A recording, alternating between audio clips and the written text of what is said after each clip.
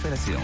Nos invités en plateau est Khalil Djebali, qu'on retrouve en duplex, analyste de marché chez XTB à Paris. Khalil, que peut-on dire de cette séance? Bon, c'est vrai que le CAC est un petit peu en retrait par rapport aux autres indices européens.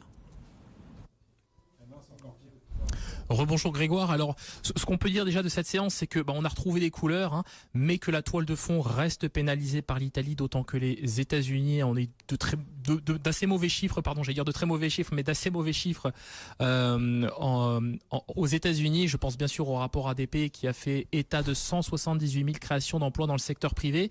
Donc là, pour l'instant, on a une tendance, on a une toile de fond qui est relativement haussière sur le DAX 30. On a quasiment fait le niveau des 12 800 points annoncés tout à l'heure. Sur l'euro, c'est assez positif. On a été soutenu par les chiffres de l'inflation espagnole et en Allemagne. Donc, évidemment, toile de fond assez positive sur la paire euro-dollar. Je pense qu'on est même susceptible de retrouver, pourquoi pas, le seuil des 1,1650 à 1,1670 dans les prochains jours. Maintenant, concernant le CAC 40, effectivement, c'est vrai qu'on a du mal sur le CAC 40. Il faut dire qu'on revient d'assez loin. Hier, typiquement sur Société Générale, ça a fait mal. BNP, ça a fait mal aussi. Alors, ces titres ont retrouvé des couleurs aujourd'hui dans le cadre d'un rebond technique. Maintenant, la question est de savoir si ce rebond technique est pérenne. Et alors, bien évidemment, on pense que oui, puisqu'on a quand même testé des seuils techniques assez significatifs. Je pense bien sûr à cette moyenne mobile à 200 périodes.